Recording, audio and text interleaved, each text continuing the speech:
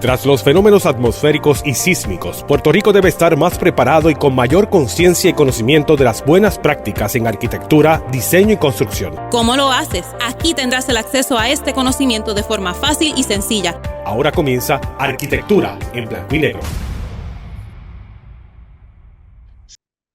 Saludos a todos y todas aquellos que nos escuchan. Yo soy el arquitecto Luis Vadillo Lozano, decano de la Escuela de Arquitectura y Diseño de la Pontificia Universidad Católica de Puerto Rico, y estoy con ustedes, como todas las semanas, hablando de arquitectura. Deseándoles a todos que se encuentren bien y en salud, y recordándoles que Dios nunca nos abandona. Como siempre les digo, ustedes no han vivido ni vivirán un solo día sin arquitectura. Estamos siempre rodeados, protegidos y acompañados por arquitectura, y así será por lo que resta de nuestras vidas.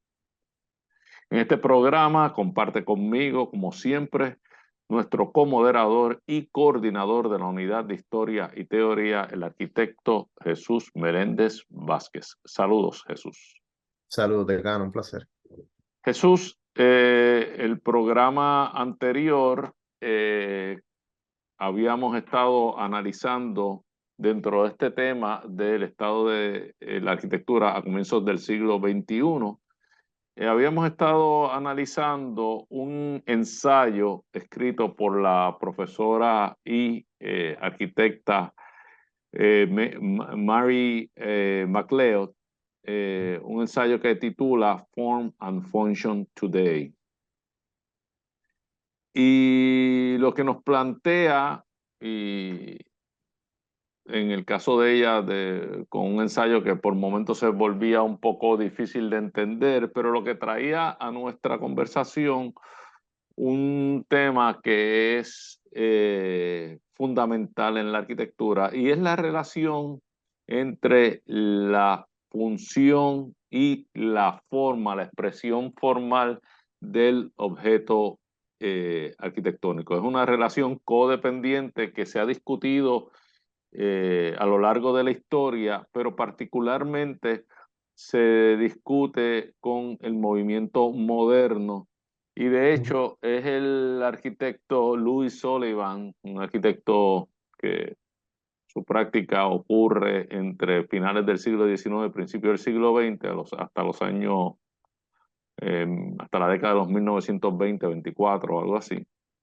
Y donde él afirmó en un momento dado lo que se ha convertido casi en uno de los dogmas del movimiento moderno: form follows function, o como él lo dijo, form ever follows function. O sea que la forma siempre sigue a la función. Es como si la forma fuera el resultado de la función, la forma del edificio. Eso es curioso viniendo de Sullivan, porque todavía Sullivan mantenía un estilo arquitectónico, la expresión de sus edificios tenían un grado de decoración y de materialidad que no necesariamente cumplía con los estándares de aquellos modernistas a ultranza de Europa, y que nosotros hemos estudiado y que se manifiestan a partir del Bauhaus, y en cuya arquitectura sí definitivamente era mucho más limpia y pretendía que su expresión formal fuera un resultado directo de aquella función que albergaba, ¿verdad? Esto es un tema que a nosotros, como que durante la presentación del ensayo de la semana anterior, nos desvió en una conversación que a mí me resultó interesante, y que llegamos a la conclusión que no teníamos tiempo para el momento en que se plantearon las preguntas, no teníamos tiempo para discutirlo. De hecho, con esa costumbre tuya, a veces haces las preguntas más complicadas cuando lo que quedan son apenas minutos de que se concluya el programa. O sea que no había forma de atender lo que fueron cuestionamientos de tu parte muy interesantes, y que yo entiendo que no debíamos de dejar a la audiencia sin responderlos y sin atenderlos, ¿verdad? hasta Ujú. dónde era una conversación que nos llevó una cosa a la otra, la función y la forma y la función, la correlación entre ellas.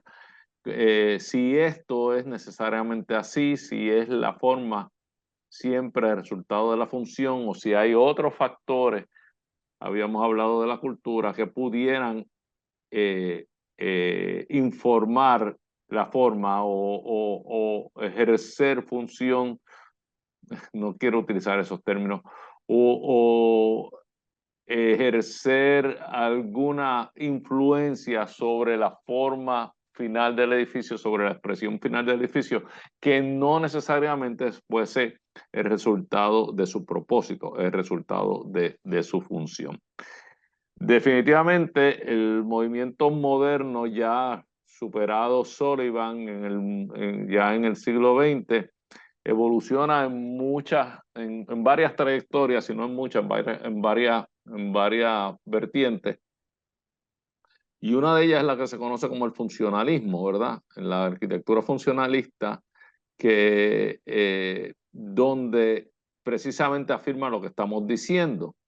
El objetivo principal es satisfacer las necesidades funcionales del edificio, ya que la belleza de la arquitectura se entiende que emerge de manera natural eh, eh, al enfocarse en resolver cómo va a funcionar este edificio. O sea que si el principio es que si tú pones a funcionar el edificio adecuadamente, lo que emerge de esas funciones, esa forma que emerge, debe ser igualmente bella.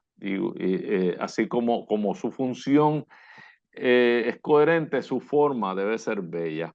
Y que el edificio debe reflejar el propósito particular o el propósito específico del espacio. Ujú. Si esto lo llevamos al extremo, si esto lo aplicamos de manera extrema, entonces, y con esto te doy paso y después atendemos otros temas, pero podemos quedarnos en este tema por ahora. Si esto lo aplicamos de manera extrema, o sea, si la forma del edificio va a ser resultado directo de solucionar su función y la belleza del edificio va a ser resultado directo de tener una solución de función correcta, coherente, Ujú.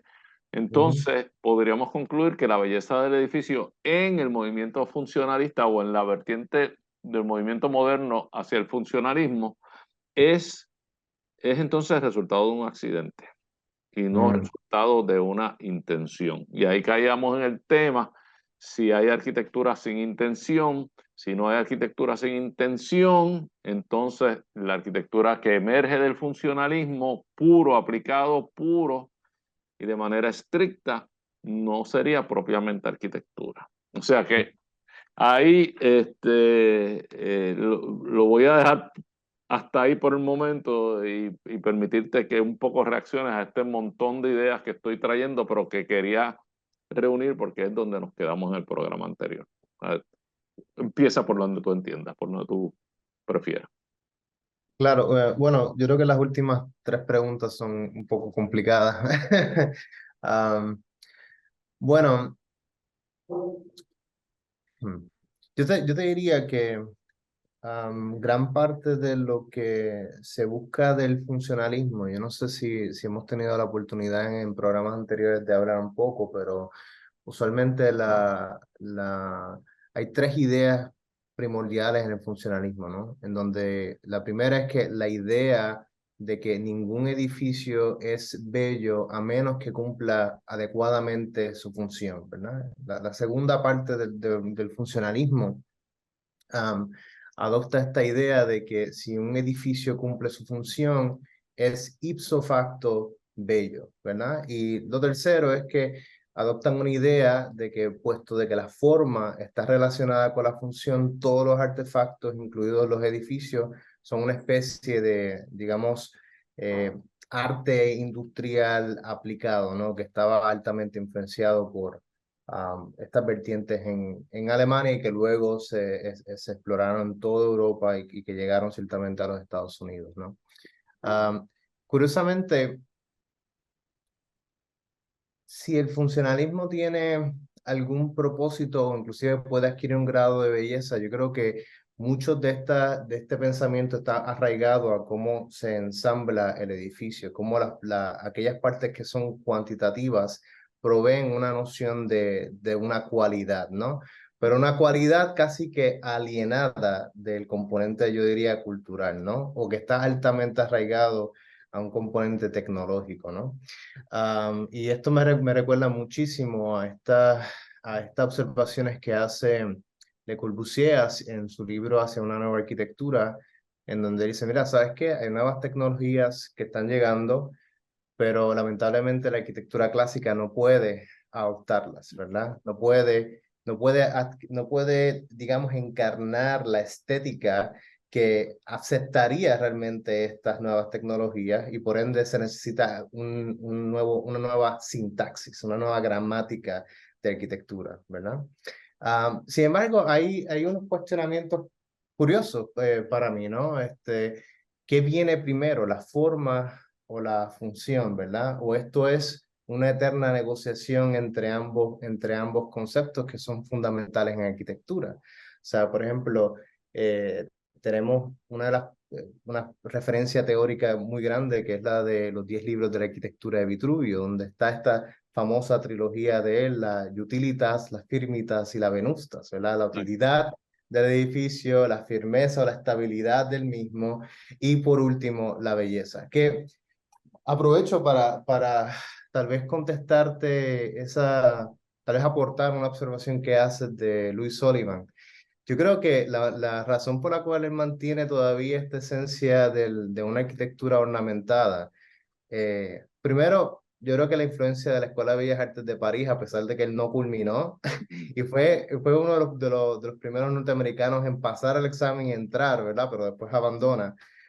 Creo que está muy arraigada la noción de cómo a través de la belleza la arquitectura adquiere un estatus, ¿verdad? Y por ende, estas influencias del mundo neoclásico casi que se ven impregnadas en esta arquitectura de, ok, ¿cómo puedo dotar de belleza este edificio con una función, ¿no? Que en todo caso está ensamblado de una forma con un orden particular, que yo creo que en el contexto del siglo XIX eso era el sinónimo de belleza, ¿no? Claro, porque estamos hablando de una época de pensamiento empírico, ¿no? Pensamiento científico y que ciertamente el orden de las cosas es lo que se debe apreciar como belleza, ¿no? Y ciertamente eso se mueve al siglo XX. Pues mira, hay algo particular aquí que quiero compartirlo. Bueno, Ok, hay un aforismo que a mí me encanta de parte del arquitecto austriaco Adolf Loos, que de nuevo también él ha sido muy crítico sobre el concepto de la ornamentación en la arquitectura, es decir, digamos un rechazo a lo que el ornamento es un tipo de belleza. Él hace este aforismo donde dice que si encontramos un montículo en el bosque, ¿verdad? De 2 metros de largo y 3 de ancho, formado o dado forma en una pirámide, moldeado con una pala, nos ponemos serios y algo en nosotros dice, aquí hay alguien enterrado. Eso es arquitectura, ¿verdad? Curiosamente, aquí no necesariamente hay una noción de primero función, hay un reconocimiento de alguien que no sabe de arquitectura, por ejemplo, porque ese aforismo es mucho más inclinado a la parte instintiva, ¿no? Nos dice que la forma es lo primero que nosotros empezamos a percibir, a entender, y luego su función, ¿verdad? Es lo que le da casi que el contexto final, ¿no? Y que ciertamente en un ejemplo muy básico, ¿verdad? Son cuando nosotros entramos a espacios religiosos, ¿no? Y que tal vez no comportamos la fe en la cual se practica en un templo, por ejemplo, como la catedral gótica, la catedral iglesia primada de Toledo, en donde tú entras y tal vez no hay misa ocurriendo, ¿verdad? Pero tú entras con una actitud en silencio, ¿no? De respeto, como si realmente hay una señal, hay un mensaje que está arraigado al espacio y lo que da forma al espacio, ¿no? O sea, que hay una noción donde la forma tiene esta capacidad de llevarnos a un momento de realización y de reconocimiento, ¿verdad? Y que ciertamente nosotros, antes de entrar al nitty-gritty de la arquitectura, casi que uno puede comprender qué es lo que estoy viendo, inclusive reconocer qué es arquitectura y qué no es arquitectura, primero a través de la forma, ¿no? Oye, no sé si quieres como que reaccionar. Sé que esto Sí, es... no, sí quiero reaccionar porque sobre todo con relación a esta última afirmación tuya de que uno puede distinguir, uno va a saber distinguir, me corrige si eso no es lo que estabas afirmando, entre qué es arquitectura y qué no es arquitectura. Yo no estoy tan seguro de eso.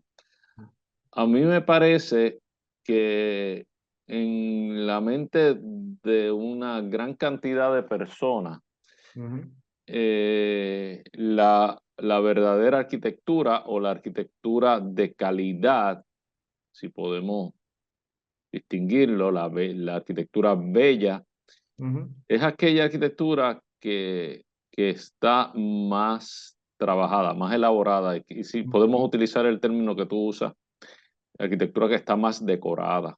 Yo ujú, creo que todavía ujú, persiste esa percepción en una gran porción de la población ujú, y que los principios que surgen tras el movimiento moderno, donde es una arquitectura más franca, ujú, donde es la materialidad la que, la que tiene mayor presencia, donde la decoración se elimina, es innecesaria, ujú, eh, es percibida por una gran cantidad de la población como algo eh, eh, de poco aprecio, ujú, relativamente sencilla de resolver, ujú,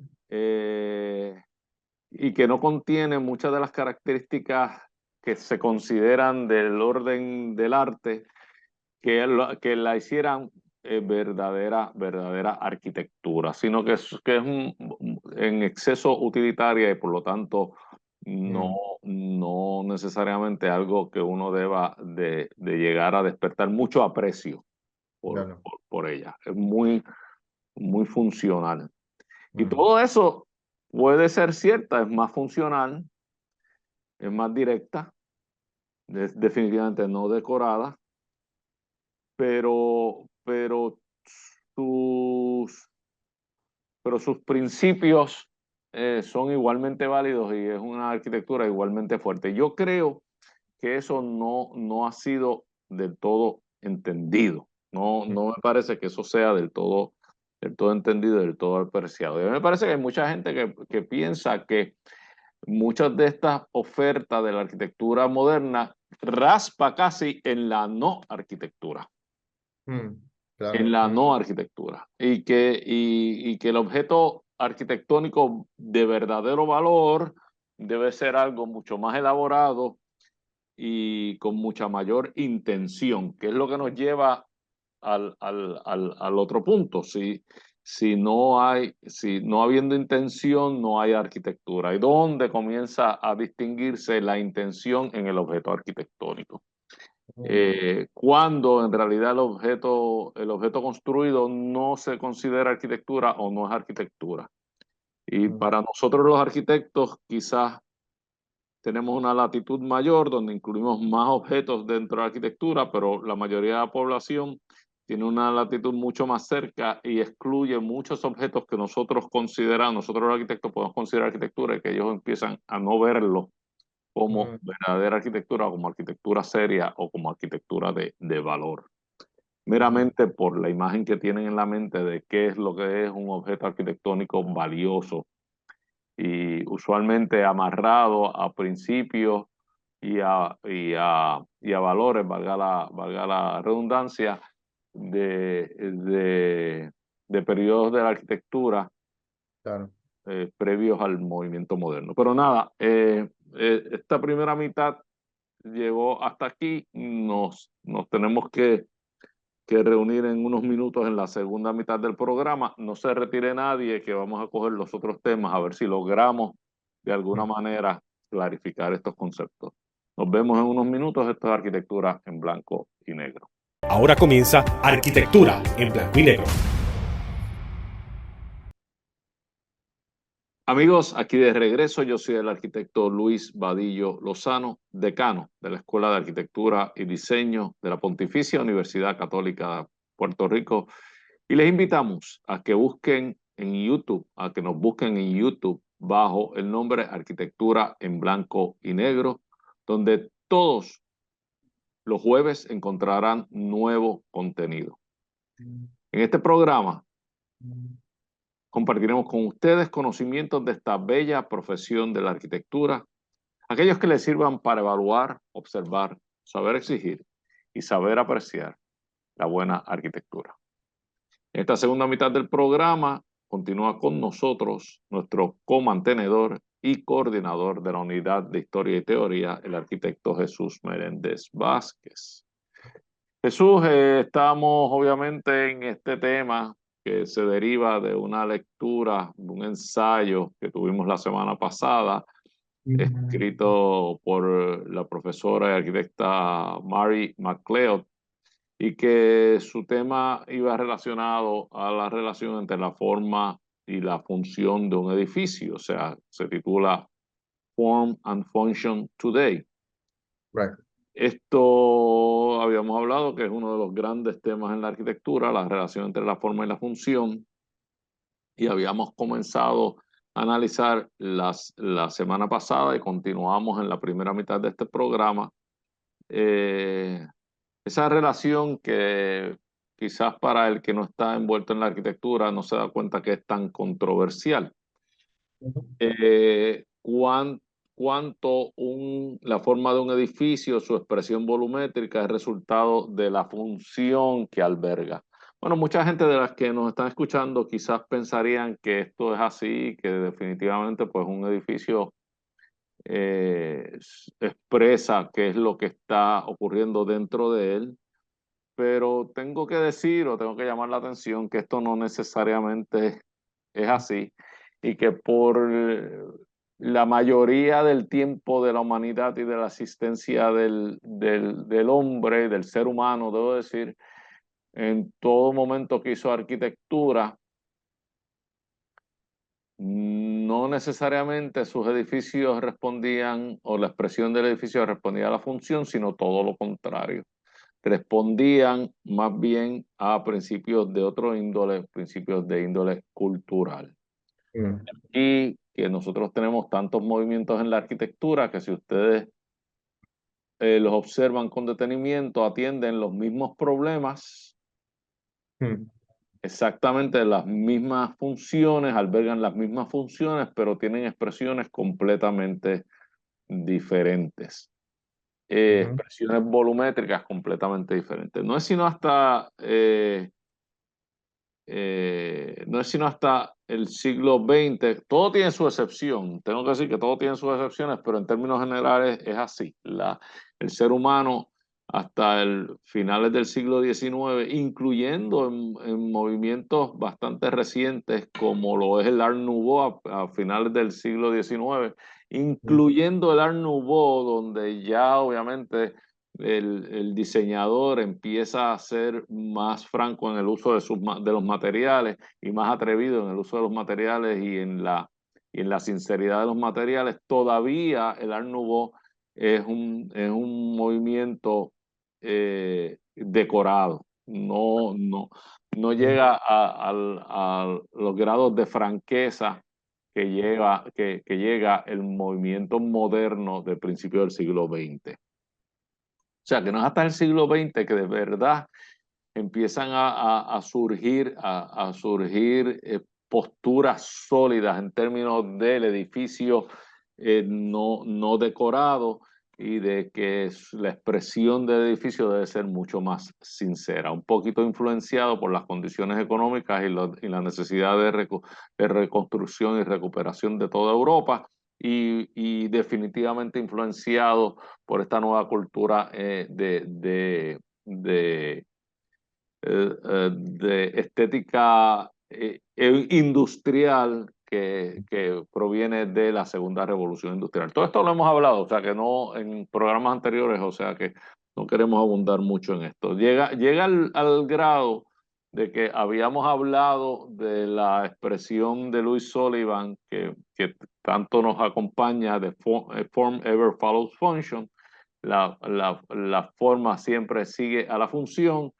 Pero hay otras expresiones. Tenemos una expresión como la del arquitecto Mies van der Rohe, que dice less is more, menos es más. En clara referencia de que la arquitectura no debe ser decorada, no debe pretender ser lo que no es, debe de haber total sinceridad tanto en su expresión formal como en su expresión, en sus grados de decoración, que sabemos que Mies van der Rohe lo lleva al extremo, ¿verdad? Eso él casi que obliga a las funciones dentro de una forma que él predetermina. Esto fue combatido en el movimiento postmoderno de los años 70, finales de los 70 y 80, por el gran postulante de ese movimiento, o el primer postulante, el arquitecto Robert Venturi, que cambia el less is more por el less is bore, o sea, menos es aburrido. ¿Por qué? Porque la postura del movimiento postmoderno de la segunda mitad del siglo XX es que la arquitectura había llegado a grados de tal grado de simplicidad, de minimalismo, que había perdido interés y había perdido capacidad de despertar entusiasmo, de despertar afinidad, de despertar incluso aprecio en el usuario, porque el usuario no se sentía reconocido en esa arquitectura. Y en esto casi que habíamos quedado en la segunda, en la primera mitad, al final de la primera mitad, donde yo te planteaba que hay una gran porción de la población actualmente que no reconoce necesariamente la arquitectura del movimiento moderno como verdadera arquitectura. Yo he tenido experiencias a veces de ir a entrevistas donde me hacen una pregunta que yo no sé ni cómo responder, cuando el entrevistador, quien no es arquitecto, me dice: arquitecto, y esto doy fe que me ha sucedido en más de una ocasión, en 2 ocasiones por lo menos me recuerdo haber gagueado porque no entiendo cómo es que me hacen una pregunta como esa, pero me hacen: arquitecto, ¿por qué la arquitectura moderna, y no se están refiriendo al movimiento moderno, sino a la arquitectura contemporánea, es tan fea? Y yo digo, ¿de verdad? Bueno, primero, yo espero que no esté insultando la arquitectura que yo hago. Y segundo, qué manera más simplista de ponerlo. Y siempre me pregunto, ¿cómo es posible que el ser humano tenga la capacidad de aceptar la simplicidad, el minimalismo y la falta de decoración en cualquier otro objeto? Nuestros teléfonos, en nuestros televisores, en nuestros vehículos, en cualquier otro objeto, menos en la arquitectura, de la cual se le exige, para hacer gran arquitectura, decoración y revestimiento. Y con esto te dejo a ver si de alguna manera podemos entrar en el tema que a mí me gustaría, si lo cogemos por las dos frases encontradas, y si me digas si less is more o less is bore. ¿Cuál es tu opinión? Bueno, gracias. Oye, yo coincido contigo. A veces es un poco curioso la, la percepción ¿verdad? De los individuos que no son versados en arquitectura, ¿no? A veces creen que porque simplemente se vea con esta referencia del mundo clásico, que tenga columnas con alta ornamentación, con un frontón. De momento, esa arquitectura y la arquitectura del siglo XX no lo es, ¿no? Pero yo creo que, curiosamente, es que la arquitectura del mundo clásico ha sido tan buena en establecer que la arquitectura se debe ver desde un punto de vista de signos, de señales, ¿no? Como advertisements, ¿verdad? Y el mundo de la arquitectura moderna elimina todo eso, ¿verdad? Pero obviamente ellos como quiera se enfrentan a este problema de que como quiera tenemos que hacer un tipo de lenguaje que podamos compartir como como un punto de partida, ¿no? Yo creo que los cinco puntos de la arquitectura de Le Corbusier como que funcionan para ese inicio, ¿no? Curiosamente, yo creo que gran parte de lo que vemos, de ese imaginario que las personas no versadas en arquitectura logran identificar como que señales, ¿no? El programa anterior había hablado sobre la caseta de campaña, ¿no? Que yo creo que más allá de simplemente proporcionar un espacio de protección, logra establecer para digamos, una respuesta arquitectónica para una misma solución, ¿no? O una misma función, protegernos en el espacio doméstico. Y yo creo que cada una de estas representaciones que hace Marc-Antoine Layet, Eugene Viollet-le-Duc, inclusive Gottfried Semper, permiten establecer el signo de la arquitectura, ¿no? O la arquitectura como señal, ¿no? Y que tiene diferentes formas de ensamblarse o de expresarse, ¿no? A tal medida que esto no es una mera observación del siglo XIX, también tenemos observaciones del siglo XV, Renacimiento, en donde la caseta de campaña también tiene que mostrar un tipo de signo para ser reconocible y separarse de aquel espacio de lo natural, ¿no?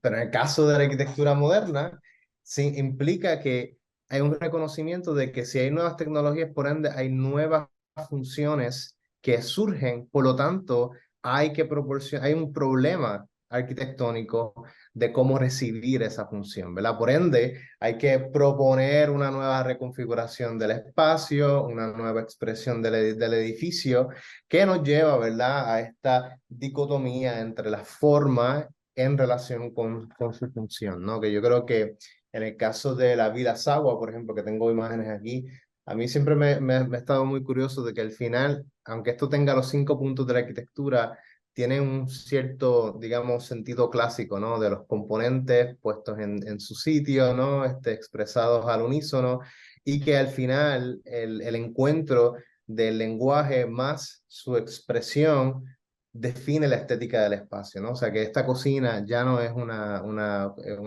cocina normal, es una cocina moderna, ¿no? O sea, no sé si hay una reacción de esta parte, pero quería incluir una frase de Mies van der Rohe que creo que te puede interesar, que habla particularmente de Louis Sullivan, que dice, cuando Louis Sullivan decía la forma debe seguir a la función. Creo que él todavía no estaba actualizado en la frase verdadera de Luis Sullivan. Continúa Mises diciendo, estaba reaccionando a su tiempo. No creo que este concepto siga siendo válido. Hoy en día la función cambia tan rápidamente que solo una gran flexibilidad tiene valor en un edificio. La flexibilidad es lo importante y característico de mis edificios y no la expresión de su función, ¿verdad? Tal vez esa es la respuesta a la obsesión de Mies con todas son cajas, ¿verdad? Porque el espacio, la función necesita adaptarse con una gran rapidez que la arquitectura no puede moverse de esa manera. Suena un poco a la defensiva esa expresión de Miss, ¿verdad? Porque yo supongo que debe ser en reacción a las opiniones de tantas personas de que todo lo metía en caja. Y entonces él justifica sus cajas como por flexibilidad. Esta caja es flexible, yo puedo acomodar las funciones aun cuando estas vayan cambiando, ¿verdad? No sé si eso es del todo cierto, pero está curiosa, está curiosa. Está muy curiosa esa frase, no la había visto, ¿sabes? No, te la agradezco. Sí, no, de hecho, esto viene de una entrevista. Te la debo cuando la encuentres bien, pues te envío la entrevista completa para que lo veas. Pero curiosamente, en el paradigma, o sea, en el pensamiento de Mises, él tiene esta obsesión la flexibilidad de la forma y de la función, pero también tiene esta obsesión de que la arquitectura es un lenguaje, ¿verdad? Que aún así, al igual que Le Corbusier y que inclusive que comparte con la arquitectura del mundo clásico, hay una forma de ensamblar la arquitectura entre sus partes, ¿no? Que permite una cierta variedad en su forma, porque esto es una caja al final del día, pero se ve muy diferente a los edificios de Mies en Chicago, ¿no? O sea, tienen una estética muy distinta. Y yo creo que tal vez el ejercicio universal o la forma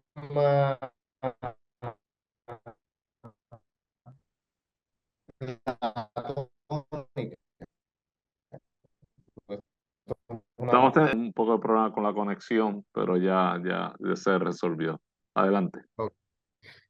No, simplemente estaba mencionando que tal vez en este sentido, MIS como que nos ofrece una alternativa que no es tanto la forma sobre la función o la función sobre la forma, sino que hay que establecer un plano de negociación, ¿no? En donde tal vez la flexibilidad que él hace, ¿verdad? La observación que él hace es que la arquitectura tiene que acomodarse de esa manera, ¿no? O sea que aquí tal vez la cultura empieza a definir cuál es la intención particular de la arquitectura del momento, ¿verdad?